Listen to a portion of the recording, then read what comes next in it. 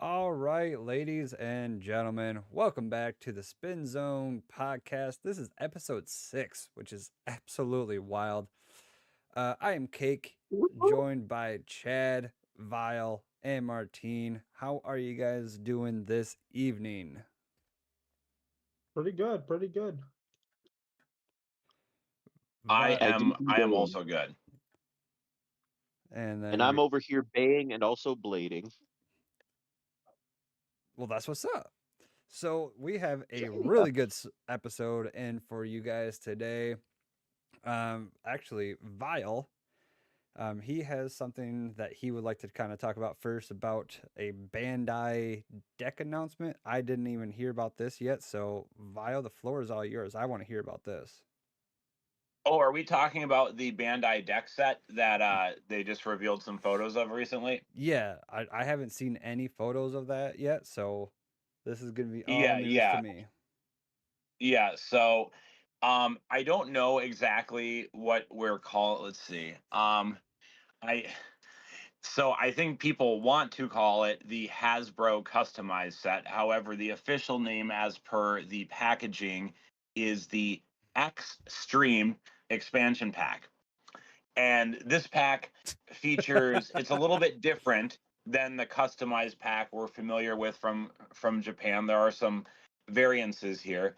As opposed to the 4 blade, 3 ratchet, 6 bit configuration that they got over in Japan, we are getting only 3 blades, but instead 4 ratchets rather than 3, and then 5 bits instead of 6. The blades in question, we're going to get our night mail, which I think it's long past due for that to get a Western release. Um, and then the metal coat blue Hell's Hammer, which I feel like everyone who has one of those already, or like who wants one of those already has one. But for people who don't like to import or don't engage with Takara Tomy product, it is cool to get officially another metal coat over here in the West. And then this is the one that I think many, many others have found a little bit strange is the Ghost Circle, which actually just released here in the US in that double pack that I'm sure people have been seeing at GameStop for a month or two now. And I just believe recently it's been all over the Walmarts. Walmart finally got them. All the Walmarts have 6 or 10 of them or whatever crazy amount. Um, and I have some concerns with this set. Now, listen, I love that we get 4 ratchets instead of 3. I thought it was kind of strange to release a set where you have 4 blades, 6 bits, which allows for a little customization in the bit department. But one of the blades just doesn't have a ratchet to go with it. That's a little strange to me. I'm glad they've changed that around this time. But my concerns about this is that I think the red metal coat Tyranno beat was a huge selling point to the set over in Japan, not just because metal coats are dope and red is very becoming of Tyranno beat as a bay in general, but also because Tyranno beat's a reasonably competitive bay. It's not maybe the very best bay on the planet, but it's solid, right? And they're just kind of not putting that in here. I think if they'd had to choose one of the two metal coats to release, I would have rather seen the Tyranno beat than the Hell's Hammer. But that's just my personal opinion. I also dislike since Hasbro, listen, if they were just releasing this one for one from the Asian variant, um, I wouldn't have much to say on this. But since obviously they have taken some liberties, the exclusion of 2 bays that existed in the Takara Tomy version, and then the inclusion of the Go Circle, the addition of an extra ratchet, I am not sure that it was the best play, and I'm sure they could have changed this to include Metal Needle. Are they re-releasing Mm. Metal Needle? Metal Needle is in this set, Why? and well, that's what I'm saying, right? Listen, if they were just one for one taking the Takara Tomy and re-releasing it, I'm not saying I love seeing Metal Needle, but at least I could understand it. Like, oh, we are just re-releasing a product that has already been released. But since obviously they've been given liberty and license to change things around, I do think it's rather ignorant of them to release Metal Needle when A, we already have Metal Needle here, so it's not like they're including a new part. And B, maybe Metal Needle isn't banned at official Hasbro events, of which there are almost none. But someone in their public relations or marketing team have to know that metal needle is the only part that is universally banned at events essentially across the world at this point. Right. So I just don't think that's great, because essentially you're essentially getting 4 bits and not actually 5. Correct. So instead of metal needle, what bit would you guys like to see in that? Oh God, I'll start and I'll let them go so I can quit talking for a bit. That's okay. Listen, I would have loved to see something wild, like a low rush recolor or something. But if we're staying in the realm of possibility, I would have just been happy if whatever the 6th um, bit was from the Japanese set was that is not included, and this was just included instead of the metal needle. That maybe wouldn't have been perfect, but it would have been a lot better than metal needle. So I'll give you guys the floor for the rest of it. So Go ahead. yeah, they could have just added like Hexa, or they could have just reprinted the other set, but instead they added, like, yeah, we're getting Night Mail, which is cool, but it's like the ratchets they gave us are kind of just awful. And then it's not even like, I don't even think it's worth purchasing even if you don't own the other stuff, because it's like they didn't reprint Rush, they didn't give, like, the whole point of that set was the Tyranno beat. Like, they gave us the 760, cool, but like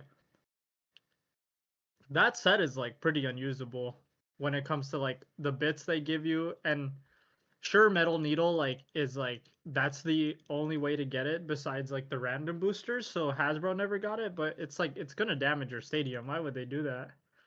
Like, Right. And like what Vile said, like almost every tournament that you go to, their only banned part, for obvious reasons. If you don't know why metal needle's banned, buy a metal needle and shoot it at your stadium like a handful of times. You'll figure out why it is banned. Like, it's a cool looking bit if it wasn't for the metal bit, but majority of tournaments only ban that part for obvious reasons. Yeah. So I agree. That part does not make any sense. Chad, so what part would you like to see instead of metal needle in that set? Honestly, No, I thinking want you to about lie what. to us. No, I would have loved to have seen a free ball recolor, Ooh,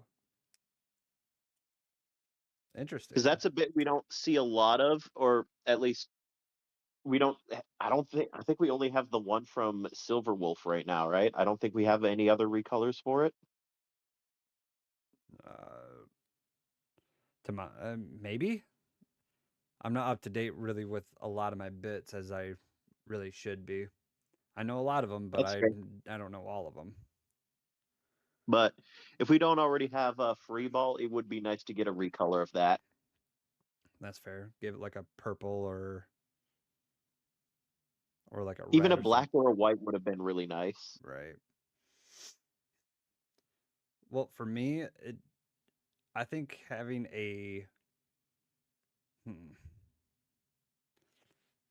kind of would like to see like a rubber accelerate, make it a little bit more viable, or even an accelerate.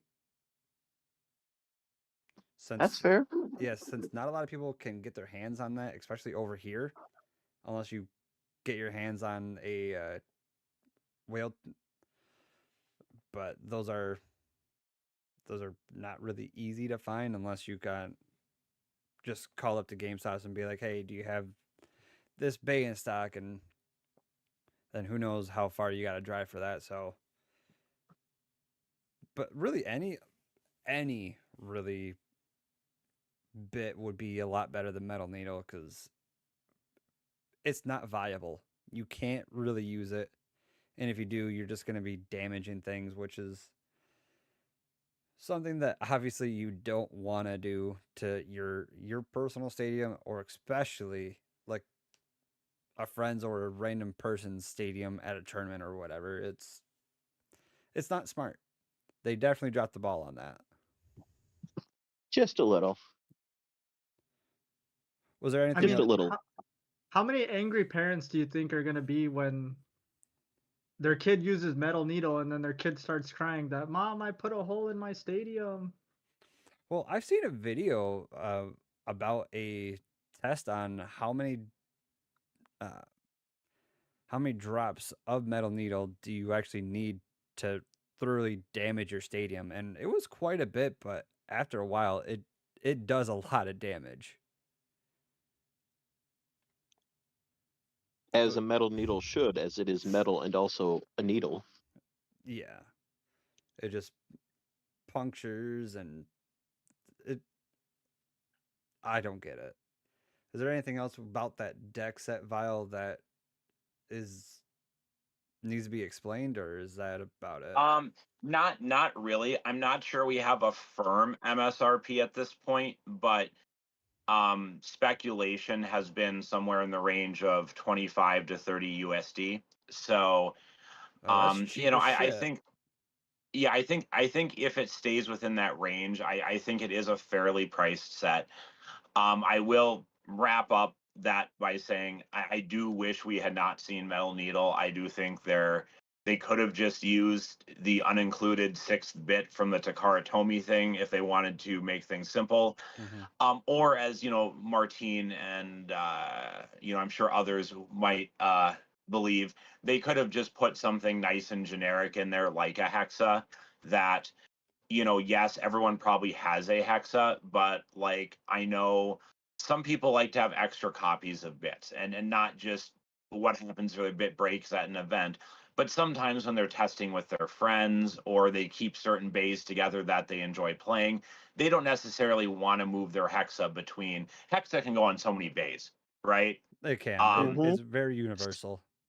so that's the part I'd argue that everyone could use a few extra copies of. We're not talking about a very specific bit that only goes on a very specific build. Hexas, if there was one bit that I would say this is the bit you have to play Beyblade, it would be Hexa. So I think Martine's idea was great. I would have loved to have seen it. That's not what we've seen, unfortunately, but I do think in the $25 to $30 price range, if on release it is in that range as speculated, I do think that's a fair price point.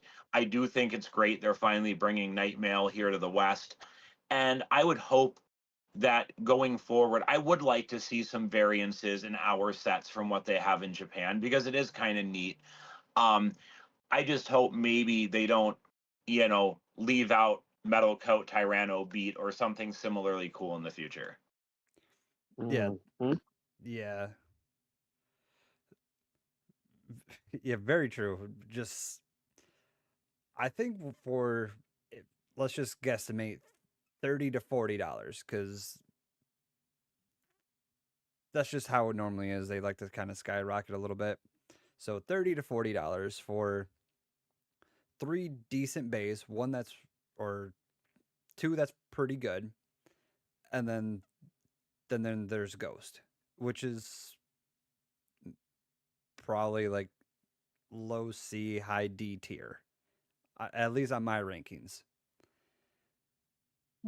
But for that price, you basically have a complete deck that you can just buy off the shelves, go to a local tournament or just a local free play or whatever, and still have a good afternoon with it.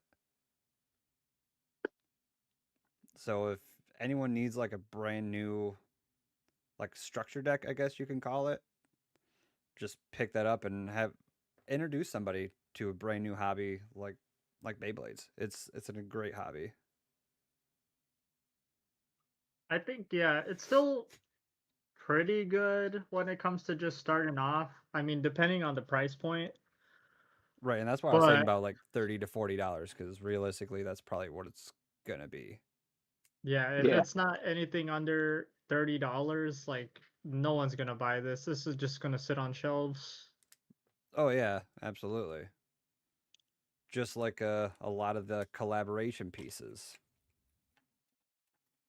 a lot of those just kind of stay up on shelves. I've seen a lot of people Yeah. taking the Jurassic Park stuff and actually buying those, but the Star Wars, the Marvel, those stay up on shelves. But is there a Mhm. is there a release date on that yet, Vile, or is that just all up in the air right now? I don't believe we have a firm release date. However, what I will say, and this is really to Hasbro's benefit, because when I first jumped in, late this spring, early this summer, depending on how you classify May, I guess, um, I felt like Hasbro releases were kind of slow and arduous, and you'd hear about things, and then you'd hear that they were in California or they were in Chicago or wherever, and then other places wouldn't get them for 3 months. I do think Hasbro's doing a better job. I'm not saying distribution is perfect. However, their distribution to Amazon has been pretty stellar. And Oh, absolutely. and everyone everywhere in the country has access to Amazon, right? So I feel like that's pretty fair for everybody.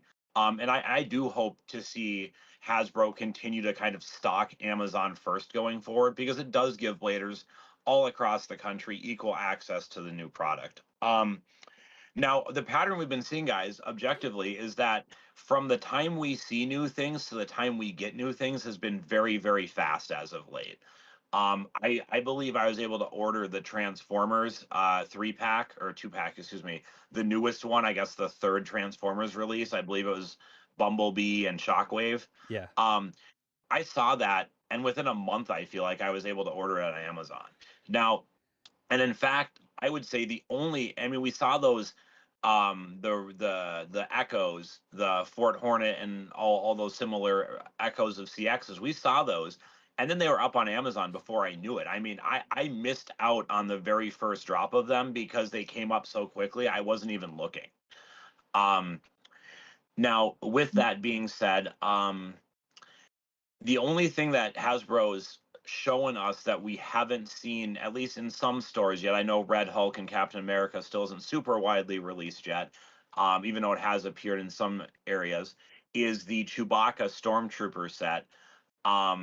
And that one was kind of debuted at the same time as some of the other products I'd spoken about. So, that one might be a bit of an anomaly at this point, but they've been moving up release dates all summer. We weren't supposed to get Silver Wolf and all that kind of that wave until like October. We got it in July, Yeah, something like that.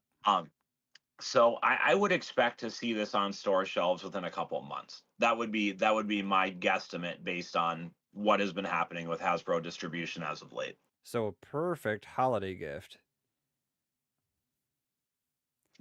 Well, and Something like that. yeah, and kind of speaking about a lot of, because we mentioned at least a couple times about collaboration pieces and everything.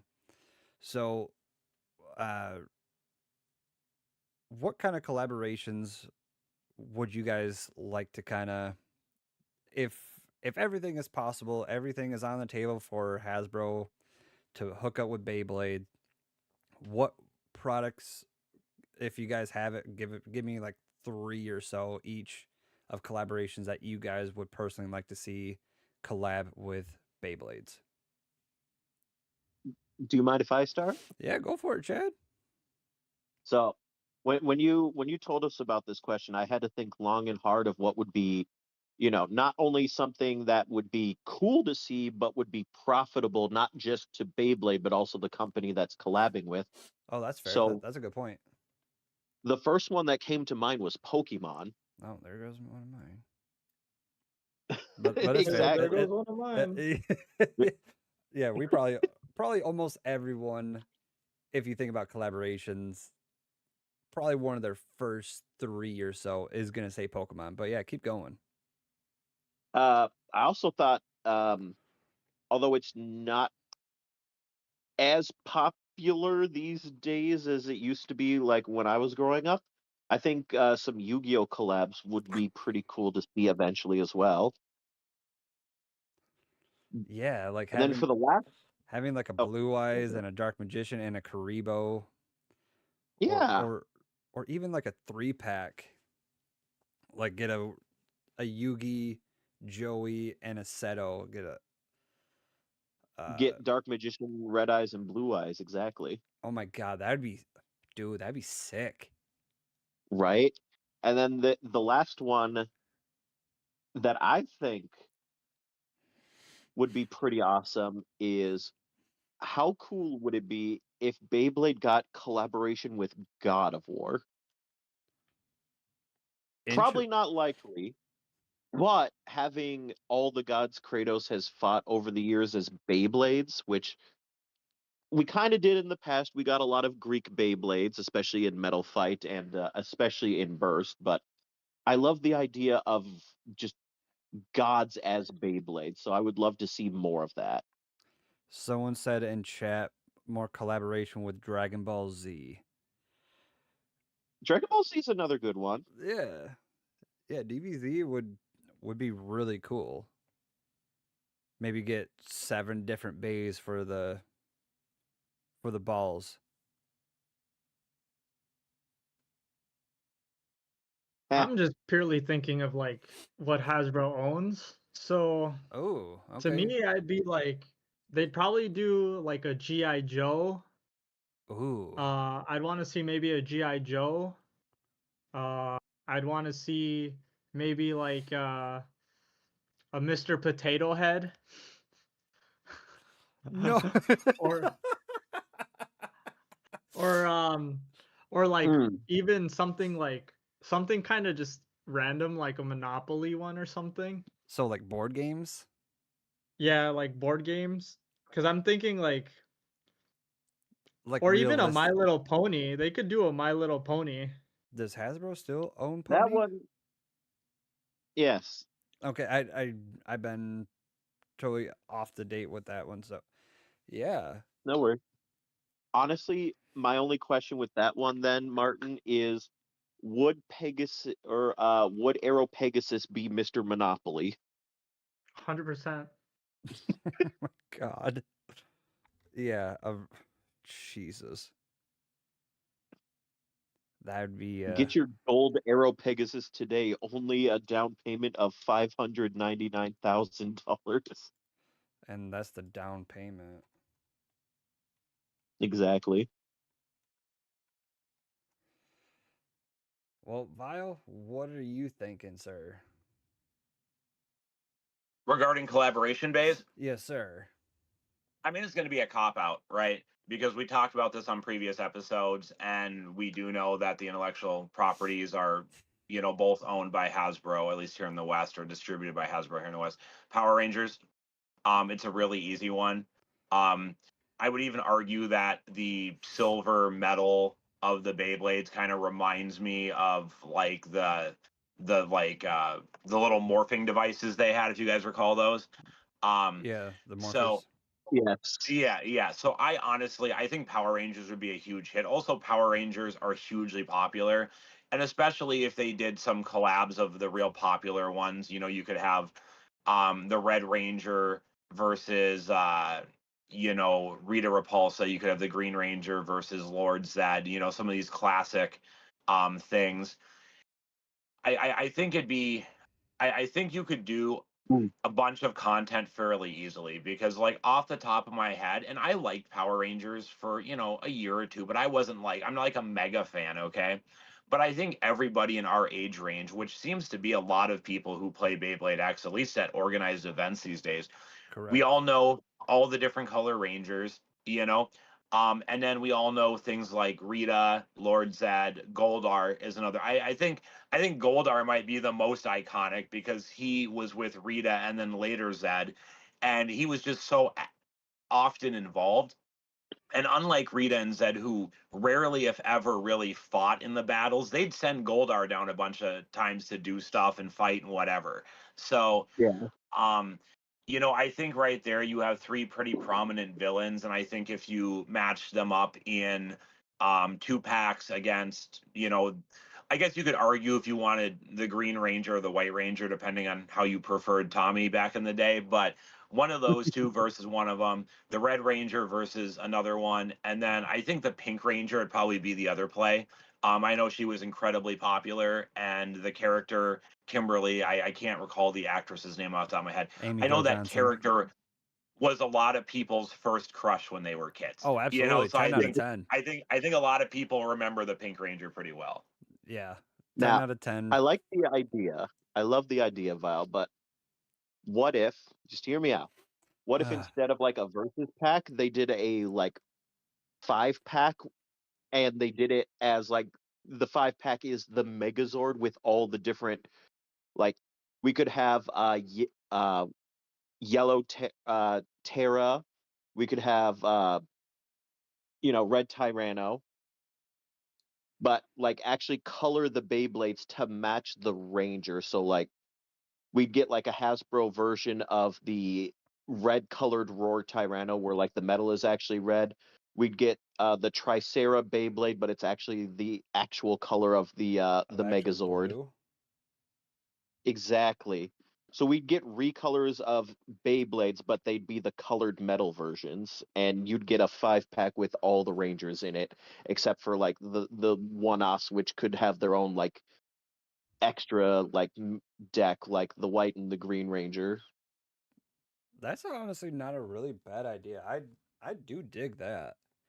It would be just a recolor of everything that we already have, but having different colors are kind of what people like.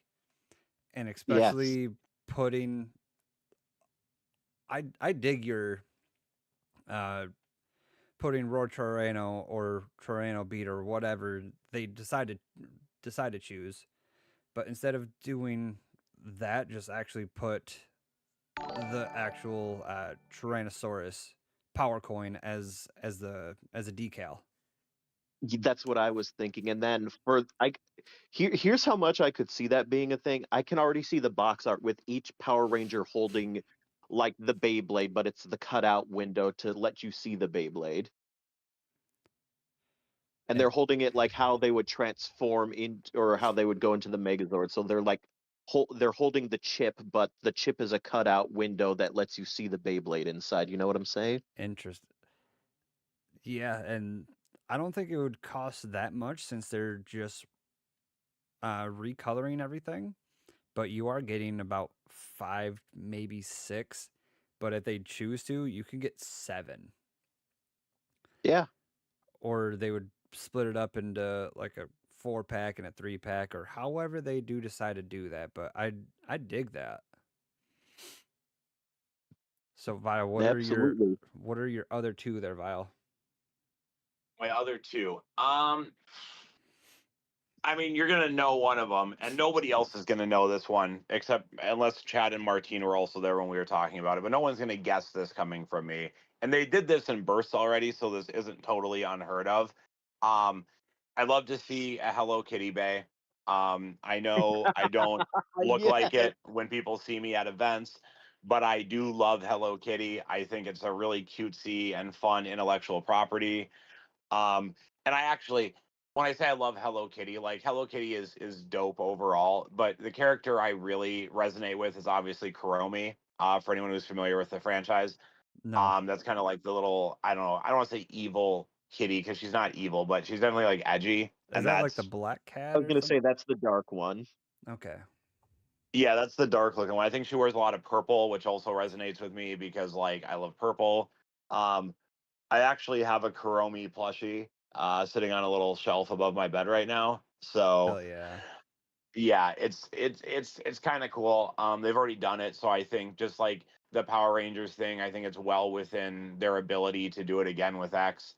The last one I'd say, and this one might be a little less popular, but I do think it's an up and coming franchise. We do know they're going to be making some kind of TV show, movie type of thing with it here shortly. I think Henry Cavill is involved in that as well. Would be Warhammer. I think Warhammer, like Ooh. 40K specifically, is kind of a really like it's gaining in popularity from where it was maybe 5-10 years ago. Interesting. And I do think it's much more in the public consciousness than it used to be, especially when they did. And we know they're willing to do crossovers, right? Because they did the universes beyond Warhammer 40K Commander decks for Magic the Gathering, right? So Yeah. I think it's a good combination of, I think there's some cool things they could do with it. I think the characters and races contained within Warhammer 40K allow for some interesting little Bay art to be made. Um, and at the end of the day, I do believe it's an up and coming franchise that is more in the public consciousness than it was previously. And again, they have shown a propensity to be willing to license to work with things like Magic the Gathering. I'm not sure why they wouldn't be willing to do the same with Beyblade. Yeah. Now that one would definitely be battle packs, and I can already see it now, like Marines versus uh, Death Marines, Tau versus what are they? Orcs. We'll do orcs for now, but I'm Tyranids. Tyranids, that's the name I was thinking of. And then you could have the Dark Elves versus there's a lot of stuff you could do with that. I think, and we know that these collabs, they're not going to release absolutely every crazy little thing. They could do a Power Rangers collab. I'm sure we're not going to see specifically the Blue Ranger variant specifically from Dino Force or whatever. Like they're going to keep it pretty generic. But I do think that, the Space Marines, the Chaos Space Marines, are two very iconic ones. Orcs versus Tau was actually very on point lore wise because I do believe that's who the Tau have the most interaction with. That is true. And then, the Dark Elves are a little strange because they're actually not like as prominent, like as like their army's always been kind of small. A lot of times it's been kind of underpowered and like fragile specifically, so it's harder for new players to play. I think the play would be if they were going to do like a third. I think it'd be the regular elves or the Eldari, whatever you want to call them, against maybe the Tyranids, just because I think outside of the Space Marine, and Chaos Space Marines are just kind of an evil looking Space Marine. They're kind of the same phenotype. I think Tyranids are probably the next most recognizable thing out of Warhammer 40K, and not just recognizable, but also, when people look at Tyranids, they think of like Alien, like as an Alien versus Predator. They just have that iconic, like gross, like bug-like look to them, and yeah, I mean, I think it'd be a cool collaboration. I'd love to see it. Hey, those are like all three of you guys actually have really good ideas for sure, which the Power Rangers one could definitely absolutely happen because Hasbro owns it. G.I. Joe could really happen because Hasbro. But thinking out of the box like Dragon Ball Z, that'd be huge.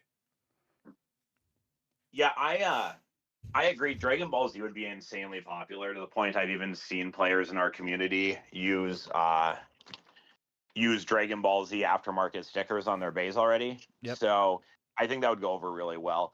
I just picked things that I thought were cool and different and iconic in certain ways. Oh, yeah. But I also tried to pick things that I thought were within the realm of possibility, right? Like Power Rangers, Hasbro owns the rights over here for that.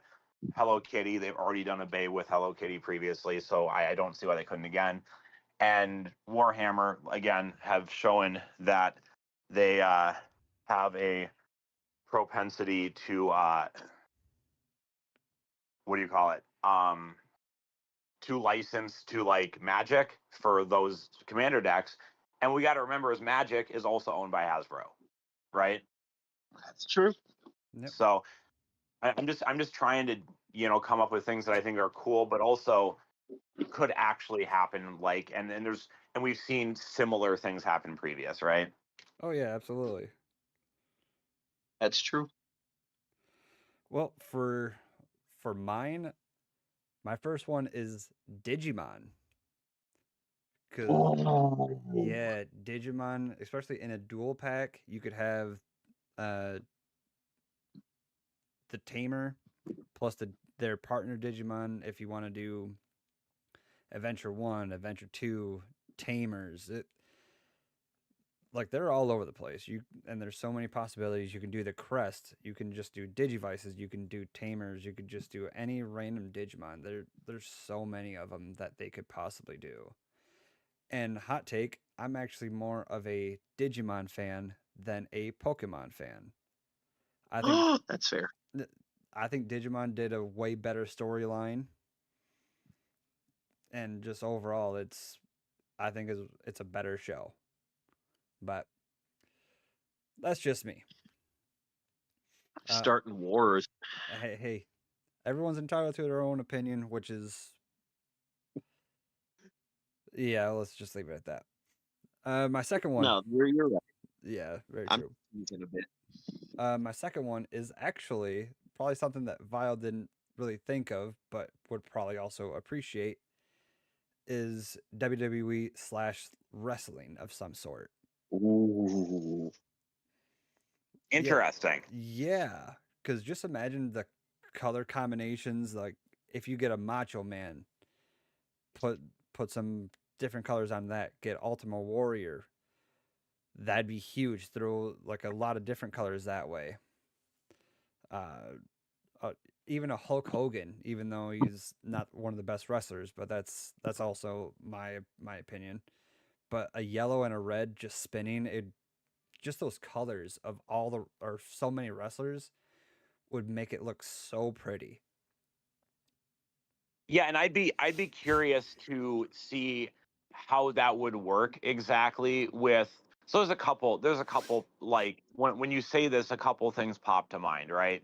And the first of which is that even in Star Wars, where like Han Solo is featured, like I don't know, I'd be curious if they would be able to get the name, image, and likeness rights to some of these athletes, because I don't know, like if they wanted to do Hulk Hogan, let's just say, and I'm not saying they do, right? But let's just pretend that they did.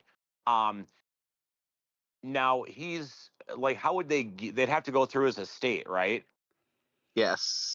To get the rights to his name, image, and likeness, which might be very different from dealing with WWE, right? I don't, if they were to want to do current wrestlers like say Randy Orton or somebody, right?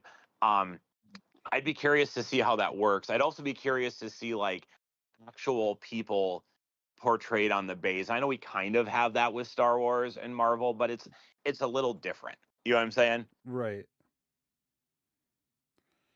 Like, yes, Randy Orton like on screen is a character, but Randy Orton looks the same on, Monday Night Raw as he does when you see him at the shopping mall. You know what I'm saying? Very true. Like, whereas, when Harrison Ford, let's say, played Han Solo or something of that nature, or Mark Hamill for Luke Skywalker, they were styled a certain way for a particular character and role. You might, when you see one of those people on the street, you might not recognize them necessarily. You know what I'm saying? Especially right off the bat, no. But it But definitely would. I'd be curious to see it. Like I'm all for it.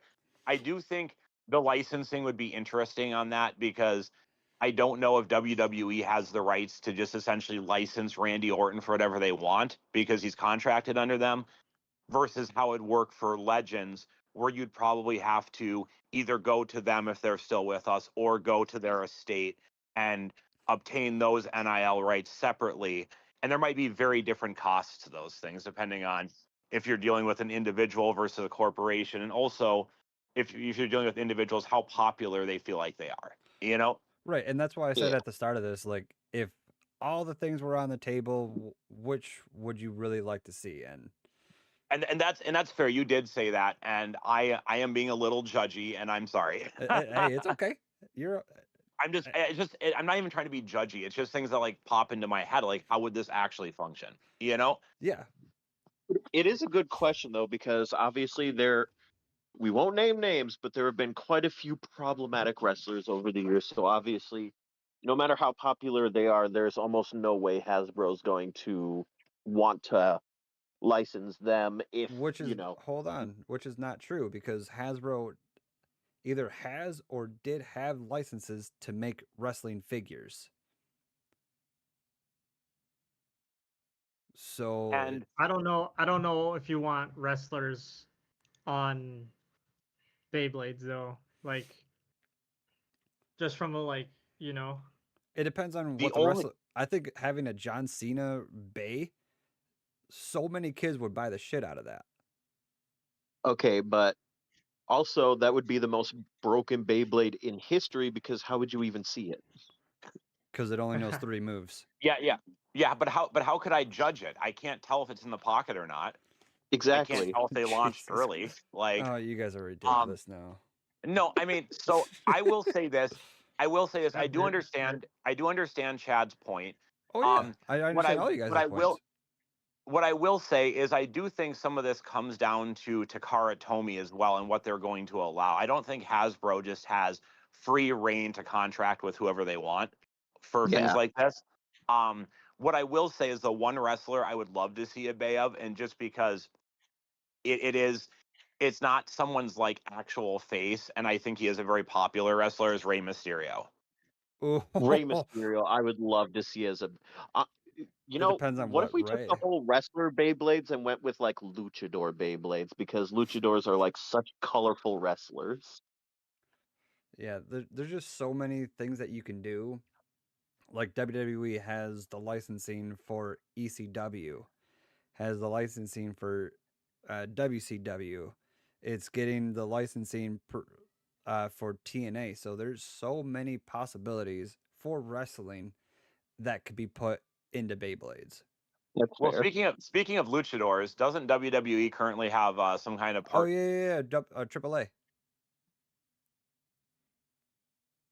Yeah, AAA Lucha Libre Wrestling. Yeah, I forgot what it stands for, but yes. Yeah, and Trip for people who don't know, operates out of Mexico, so obviously they have a lot of lucha libre style wrestlers competing down there right now, and up here as well. Well, yeah, I think listen, I think it'd be cool. I do understand Chad's point, and you brought up Hogan, and I'll just touch on it real quick. I don't want to get too deep into it, but in his later years, Hogan did become relatively well known as a political figure. Yes. Obviously, he didn't run for public office, but he did campaign for certain candidates and whatnot. And I do question whether bringing someone like him specifically. Now, most of these other guys would be fine. John Cena, he's got a pretty good image. I don't think that'd be an issue. Oh, no. Hogan specifically, I think would be tough because it would create drama at events, I feel like. Yeah, I was just thinking about bays while spinning would have pretty good colors. And when I think about colors, I do think about Ultimate Warrior, which also again wasn't the best wrestler whatsoever. And then Hulk Hogan, and then Macho Man. All 3 of them had really great colors, and having them on a bay and then watching them spin, compared to just seeing just a silver ring and then just a little bit of color.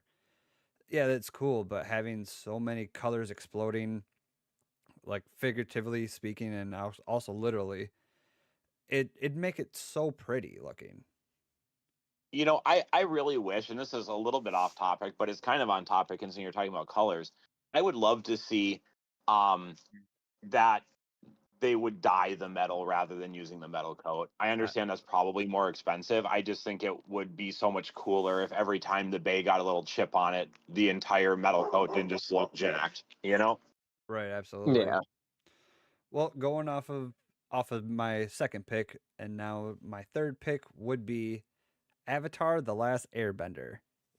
Ooh, yes. Yeah. Having Avatar: The Last Airbender as a Bay crossover, having Appa and Momo. Do you have any thoughts on that one, or just Avatar, and we're done?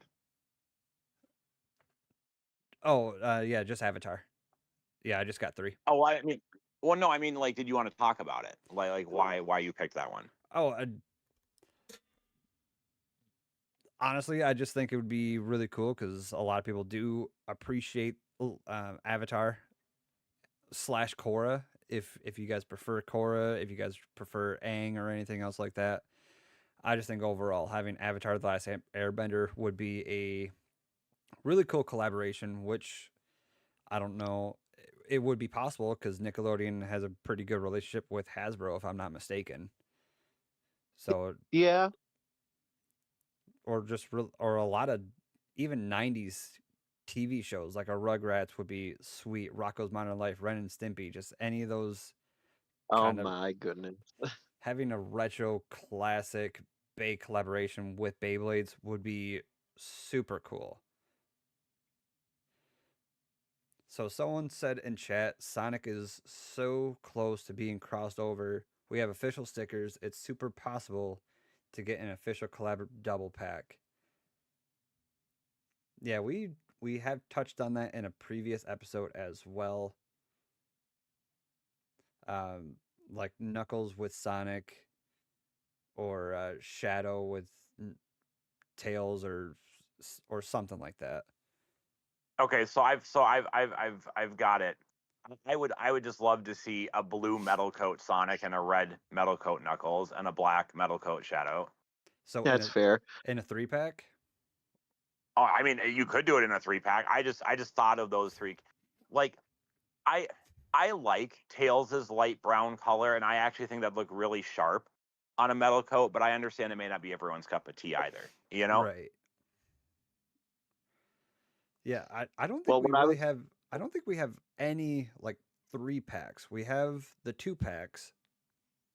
Then we I was have. going to mention that actually was Sonic would be the perfect chance for the 3-pack because you could have Team Sonic, which is Sonic, Knuckles, Tails. You could have Team Shadow, which is Shadow, Rouge, and Gamma.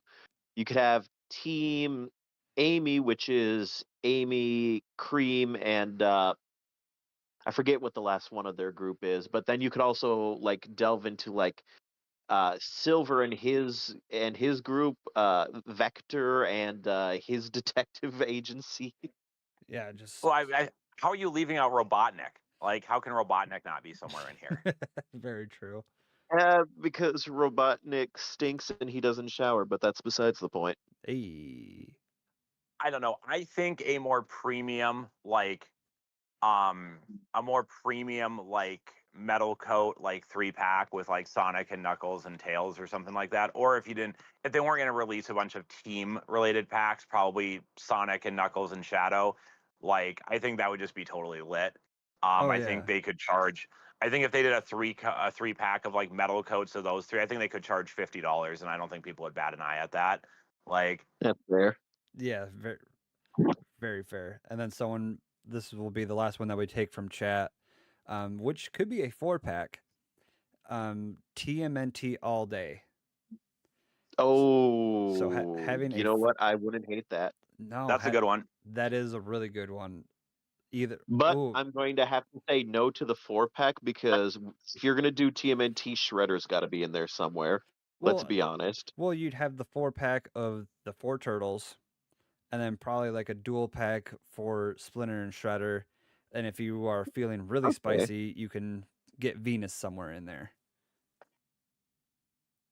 I mean, when I think of Teenage Mutant Ninja Turtles, I essentially think of like a few characters, and it's the turtles themselves, April, the ninja rat, I forget what his name is. Splinter.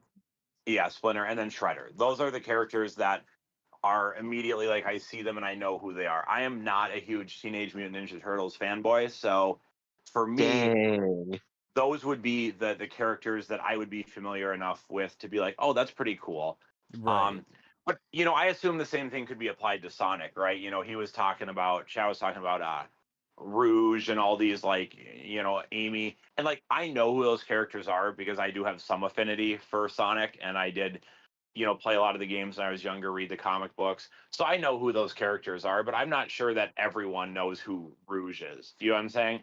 Yeah, and that could be off of literally any of the collaborations that we talked about, like wrestling. You and I could go about wrestling, but any of the other people probably don't. Or Pokemon's very popular, so maybe not that, but yeah, or My Little Pony.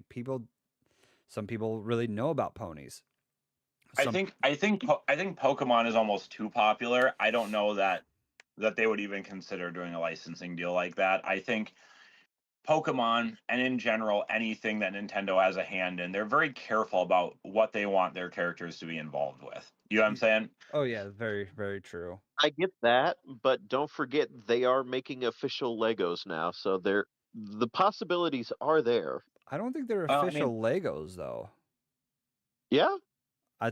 I thought they were just another like No, no. Lego has they've begun work on official Pokemon Lego sets. Okay, because what I've seen, at least on the shelves right now, they're not Legos, and that's with like that dashing No, that was Pikachu one. I know which ones you're talking about. That's the company that previously had it, but during the most recent like Nintendo Pokemon news, they did mention collaboration with Lego.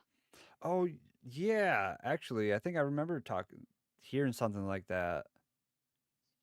Which Legos right now are just stupid expensive. Now throwing Pokemon into the mix, those sets are gonna be pricey. But Yeah, probably complete. as pricey as the One Piece. Either way, completely off topic now. But Yeah, Legos are I know Legos are very popular, but they are a long, long way from Beyblade.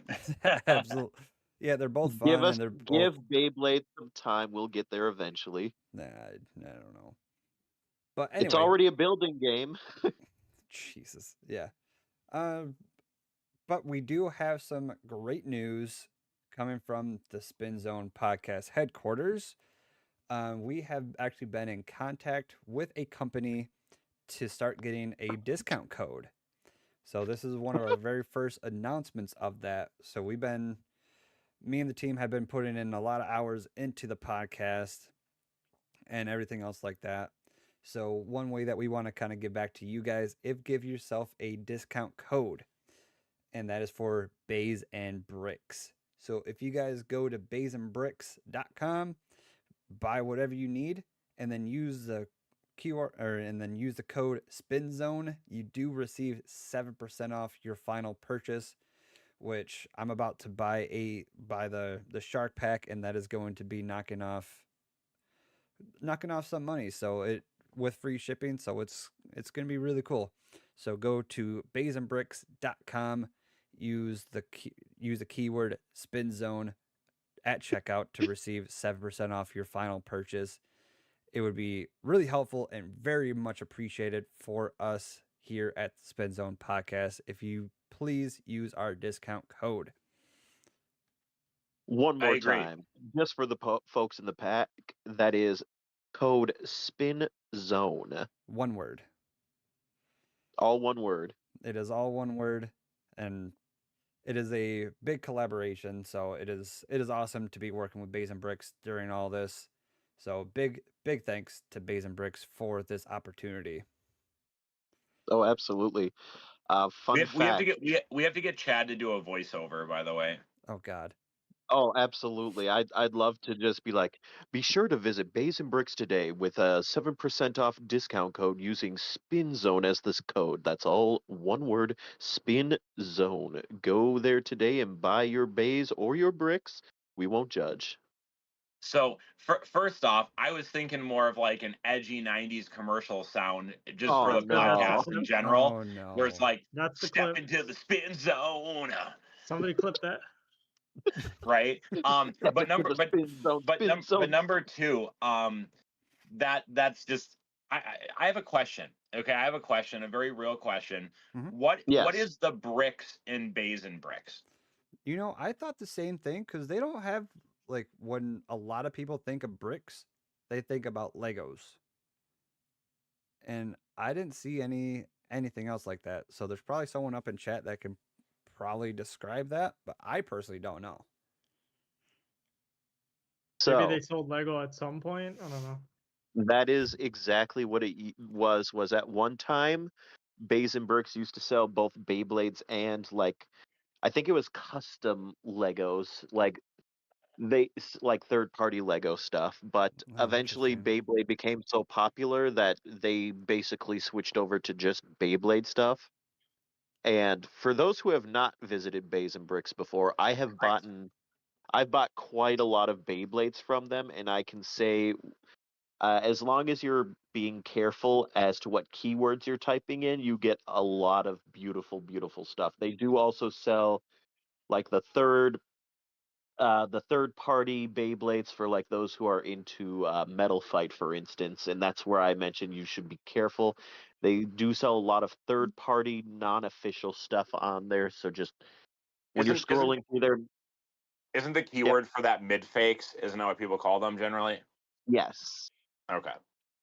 They have a lot of mid fakes and also like just third-party products that aren't official. So just make sure that the keyword when you're looking through what you want to purchase, make sure it says either Hasbro if you're looking for Hasbro, or Takara if you're looking for, Takara stuff. Yeah, and they got a lot of stuff that you can pre-order, like the Clock Mirage. They also got the Solar Eclipse up on there as well. So get your hands on all of those good necessities that you Actually, need. their pricing on the Clock Mirage stuff is actually very, very competitive, I have to say. Yeah, it was like $20 for one booster box or one booster pack. Well, I wasn't even talking about that. What I was talking about is the $50 for the whole set. Is it 50 or 60? Oh yeah, It 50. is. No, 50. I just ordered it the other day. Yeah, so $50 for all then, three. And then obviously you can use the 7% off coupon code Spin Zone to save a little bit more off of that even. But the reason I say that, guys, is I'm really deep into messing around with different Japanese sites and trying to order things over here, which has become a little bit more difficult with the custom situation we're encountering. But what I can say is that in Japan, even if you go through like somewhere like Surgaya, I'm sure I'm butchering how to say that, but I think everyone knows what I'm talking about. They want like 13 something for each random booster, and then they apply some small commission to that. So I think it probably winds up being like 15. And yeah, you can do them on free shipping weekends, and that's great. But even if you buy 3 of them, that's $45 right there. And then you still have to pay tariffs and a brokerage fee when they come in through DHL. So by the time you're done, you're probably over $50, and you're not even guaranteed to get all 3 variants of the Clock Mirage. Where you can just go to Basin Bricks, pay $50. I don't think there's any sales tax on Basin Bricks right now, at least not for us here in Minnesota, and then use the 7% coupon code, and you're out for under $50. And so actually I think they're incredibly competitive even against the Japanese market when it comes to these new Clock Mirage boosters. Yeah, very true. And $50 for all 3. Minus 7%. Use the Spin Zone code, guys. Oh yeah, absolutely. It's so at the end of the day, it's gonna be worth it. It's gonna be probably like $45 at that point. So there is, and this is about Clock Mirage, and it's kind of exciting. There was some actual footage released, and I had watched it, and then I'd referred Akuna to it, and he had watched it as well, of Clock Mirage actually up against it was something 60 ball, and Akuna said it was the meta ratchet. I forget exactly what it was, but it's the meta ratchet for stamina. And Clock Mirage actually Clock Mirage actually outspun Wizard Rod in this footage. Wow. Which doesn't surprise me. Well, I guess by how much though? Is it like a very close, or? I mean, it was close-ish. It wasn't crazy, but like it outspun it. I mean, and I'm not talking about the 160 Hexa more balanced build. I'm talking about the, what is it, 360 ball? Is that the meta build? Yeah. Or 960 ball. For like straight up stamina. Like it was whatever. Because Akuna's like, oh, I'm sure they used some dumb ratchet on it. And then he watches like, no, they're using the right ratchet. Like that's the stamina build with ball, Like, and Clock Mirage outspun it. Now, obviously what we have to wait and see is Clock Mirage as durable as Wizard Rod is? Because that's part of what makes the Wizard Rod great, is not just the stamina, but the its ability to tank hits, And if Clock Mirage can spin longer but gets burst by a light gust of wind, that's not what we're looking for, right? So we'll just have to see how that plays out. There was the only other footage they had it against Cobalt Dragoon. And that one, for some reason, cut off. I don't know if their editing team didn't do very well, or maybe Cobalt Dragoon won and nobody wanted us to see that. But yeah, which is fair. So listen, if it really can outspin Wizard Rod, and I assume both players were trying their best, and it wasn't totally staged because this was over in Japan. I I'm excited to see what the possibilities are. We'll just have to see how burst resistant we can get it with those 5 series of ratchets, because those are just not quite as burst resistant as some of the standard ratchets that we know and love, you know? Yeah, because aren't they all on 965 ball? Yeah, so that's the one negative of this random booster, and I do believe why these American stateside sites like Bays and Bricks, Mall of Toys, etc., aren't trying to get quite as much of a margin on this one as they may have on some random boosters in the past, is that there's not even any different parts. All of them are literally on the exact same kit. Except for just a different color bay itself, which Yeah, it's just the parts are different colors. yeah, which are So green, purple, and gray. yeah, I love that gray, silver, whatever you want to call it. Look, that one's my favorite. I know some of the people are gonna like the more exotic colored options, but yeah, I think that's why we're not seeing as much of a markup as we might normally on random boosters this time around, is because I do think that because all the parts are the same, there's going to be a lot of people who are just like, yeah, I just want one, and that's going to be it. You know, not everyone is like me and has to have every color and every whatever of every single bay. You know, Right. And I'm kind of in that same boat as you, Vile. I might buy just one booster bot or one booster pack, and whatever one I get, okay, cool, I'll be happy with. If it's the prize bay, which is the green one, cool. If I get the gray one, sweet. Or the purple one, I'd be okay with that one too. Because, like you said, that's actually super funny, because if the prize one is the green one, which I have no reason to not believe you when you tell me that, that's actually my least favorite of the three by like a pretty large margin. yeah, I want to say that's what it is. The green one is the prize bay. Let me. Have we ever actually looked into whether the prize bays are rarer than the normal ones? Like, are they seated at a different rate? Do we know that, or or is it just a prize because they tell us it's a prize? It's seeded with rates. Is it okay? I was just curious. I assumed it would have to be, but I just didn't know, because a lot of people have reported when they order 6 random boosters from somewhere and they think they, you know, kind of come from the same lot or whatever, they tend to just get one of each. So I wasn't sure how those were seated exactly. Now that could just be luck or I'm sure it's mostly empirical evidence, because we have to figure how many people out there are ordering hundreds of random boosters. You know, you'd have to open a pretty large amount, I think, to have a true understanding of about what the pull rates are. Yeah, so I'm Yeah. looking. So I'm looking right now, and the prize bay is the green one, and I guess it's a pink, not a purple. Which I still prefer over the green. yeah, because the yellow actually kind of makes the purple pop a little bit more, but the silver just looks super clean. Well, and that's what I liked about the silver is one of the bays this is based on. I know it's kind of like a amalgamation of 2 different bays from Metal Fight, right? Mm-hmm. Kinda. Yeah. But one of the bays is based on, I actually have inadvertently, like I don't purposely collect Metal Fight. I just happen to have like, I don't know, 6 or 7 of them randomly. And I just, it looks the most similar to the Metal Fight one, like the clock one, that it takes a lot of inspiration from. Yeah, so when I looked at the silver one, I just knew that was the one I preferred right off the top. Like, if I go to an event and use this bay, that's the one I'm going to be using. Yeah.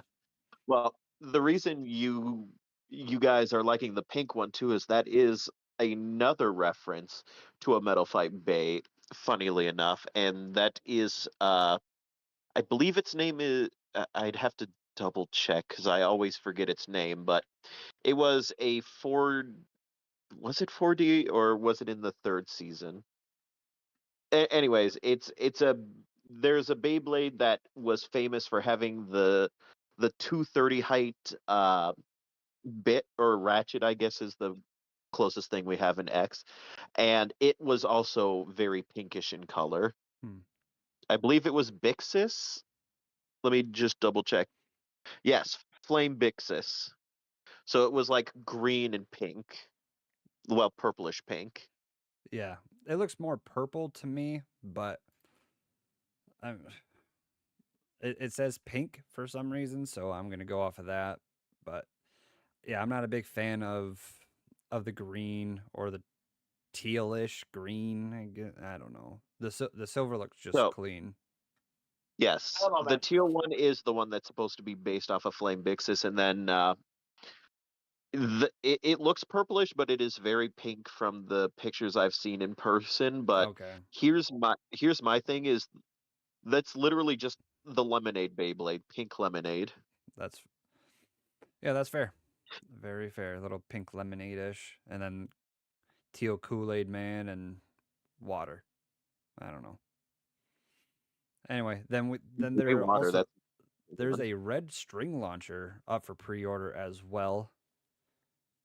That's $17.99 with free shipping.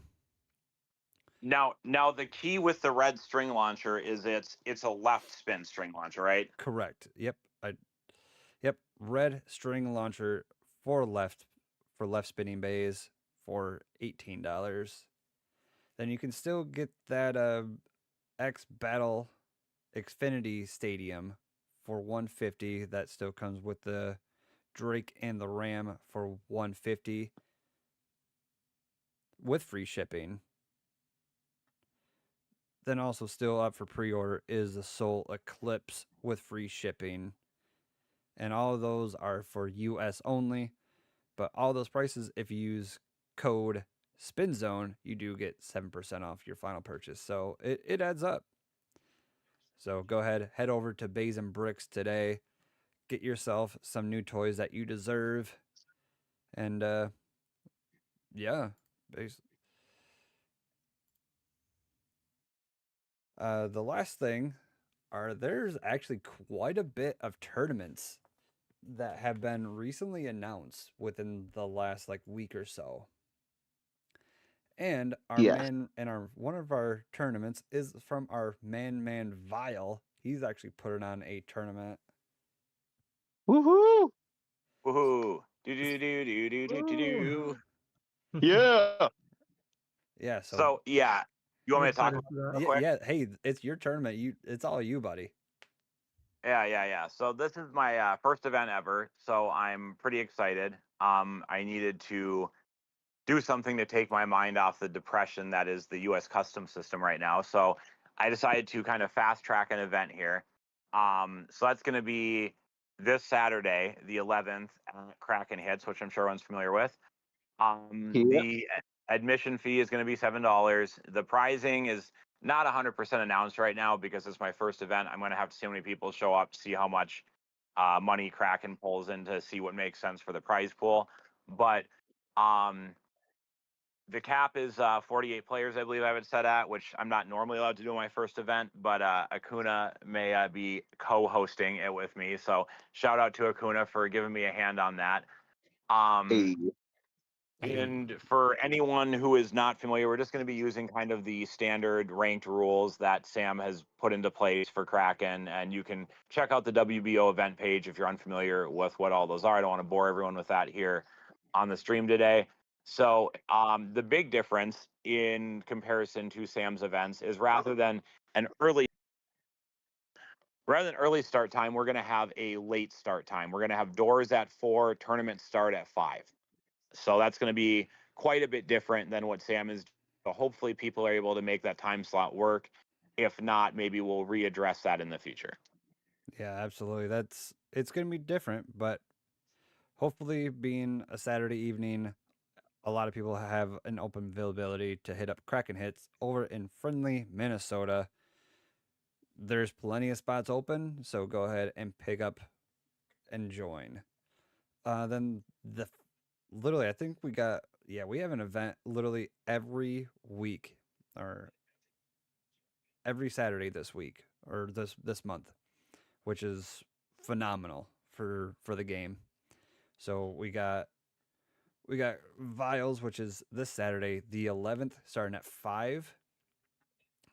And then we have an Acuna event, which is at the library downtown Minneapolis on the 18th of October, starting at 11.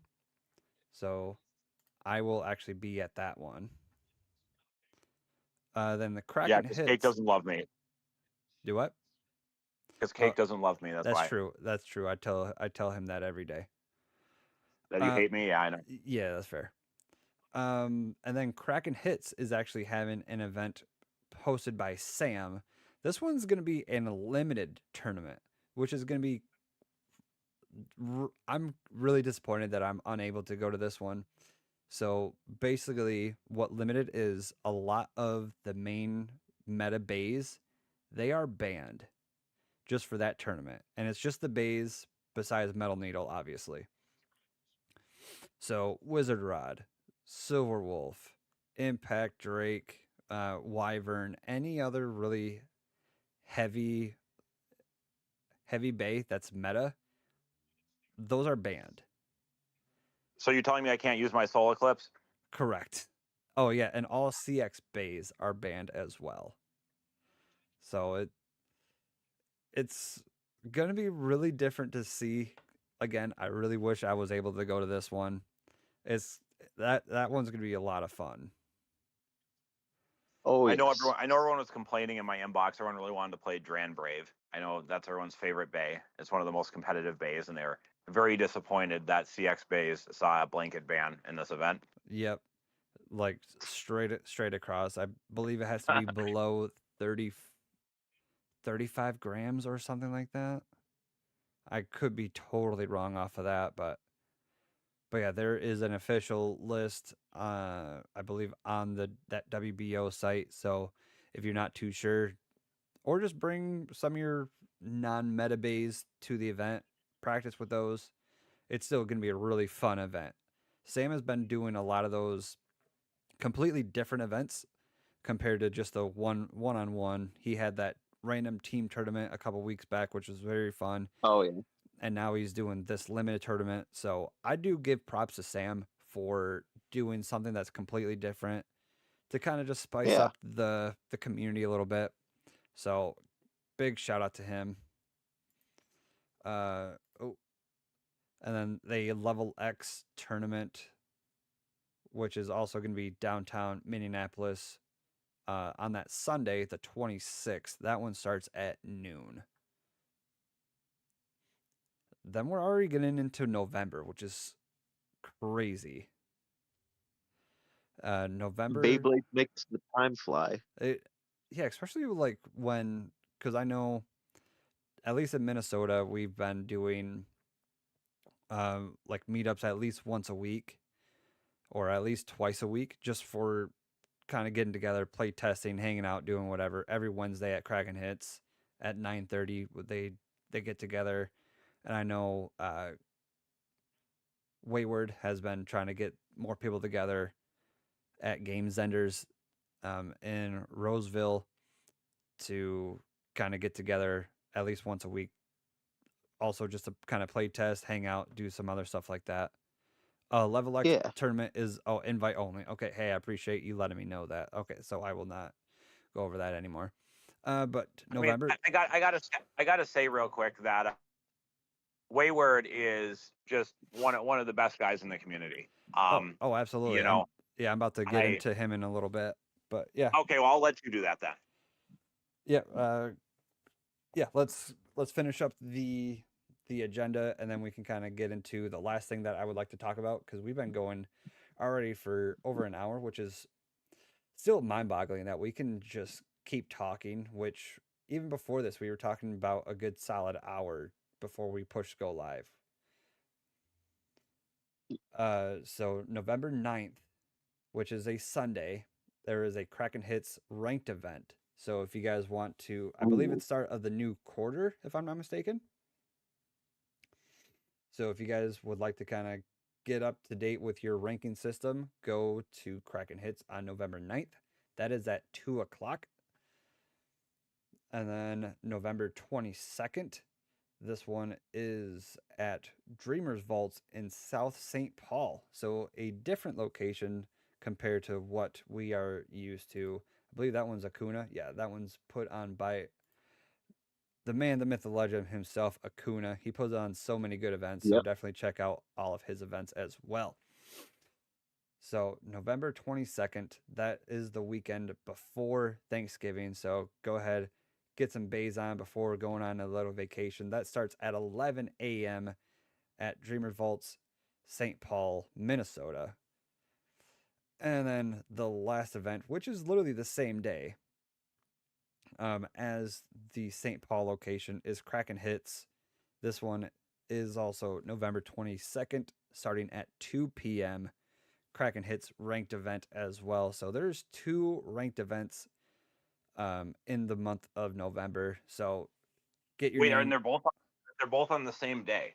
The one in St. Paul, and then the Kraken Hits.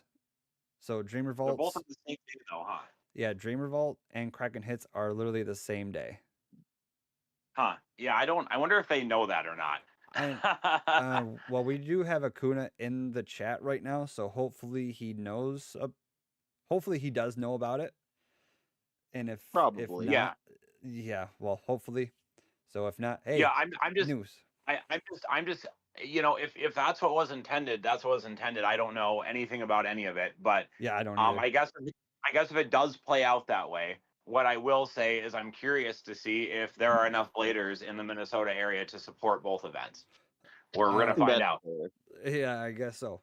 Even if one of them, I don't know.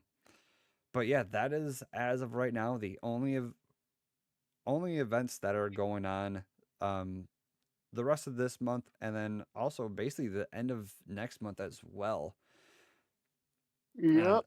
So there are a lot of opportunities if you guys can make it out to go to any of these events. So yeah, they are a lot of fun. There's so many great people that are involved, so definitely get out. And everyone is welcome to any of these events. I've seen little kids go in there. They're just there to have fun. I've met so many new players almost every tournament, and you guys can also agree to this. There's at least one new player per tournament. So if it feels that way at least. Yeah.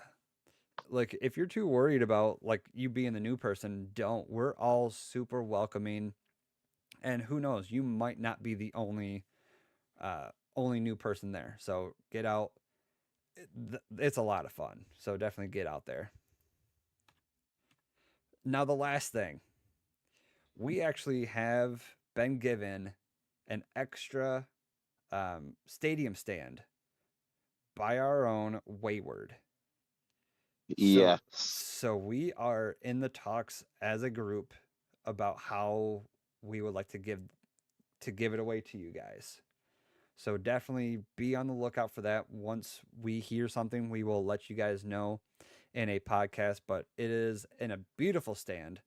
So if you guys are watching live right now over on Twitch, Kick, YouTube, and everything else like that, if you look at the screen right now, that is what it looks like. It looks so good. It looks so good. Yeah, thank you, Wayward, by the way. Oh yeah, like, huge amazing thank you design. to Wayward for even giving this to us, so we can kind of give it away to you guys, for showing all the love and the support that you guys have been giving to us these last 6 episodes. So first up, big thank you to all of you guys, and major shout out to my main man Wayward. He's just a great guy overall. Puts on great events. So show him nothing but love. He will always have. Yeah. He will. Oh, I think I speak for everyone on the pod. If Wayward ever wants to Shout get out onto to the my twin. podcast, we will have a seat right there for him. Exactly. Yeah, So take a look at that. If you guys are interested, please stay tuned. We will be giving that away to one viewer, either locally Woohoo! or we will ship it out to you if you guys are not local to the Minnesota area. So definitely be on the lookout for that as well. Now, it's funny that we start talking about Akuna and Wayward, because one thing that hasn't really been mentioned on the podcast is I want to give like a huge round of applause to Akuna he and I are some of the oldest members of this community back before it was even Beyblade X, and it was still just a bunch of guys in Minnesota getting together to play Metal Fight of all things, because we weren't big fans of Burst at the time, which was still ongoing when we all first got together. So the fact that me and him are still here, still keeping Beyblade alive here in Minnesota, and we went from like a group of 5 guys just having fun to this is beautiful and huge, and we love this. Yeah, absolutely. Other than that, do you guys have anything else that you guys would like to kind of talk about before we go ahead and call it a day?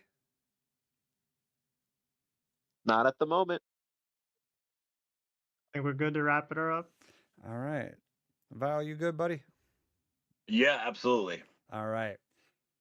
So, once again, we do love and appreciate all you guys for coming out today, for listening on Spotify and any other locations that you guys can hear the podcast. It is much appreciated. So, if you guys could give us a 5-star review, post a comment about any of the collaborations that you guys would personally like to see, and any other topics that you think that we should be talking about. Uh, and also share this podcast to anyone that you believe that would enjoy the podcast. If you guys have a long drive to work or just kind of getting some chores done around the house or anything in between, make sure you like, share, and comment on any of our posts. So until then, till next time, guys, so long, stay safe, keep blading, and take care.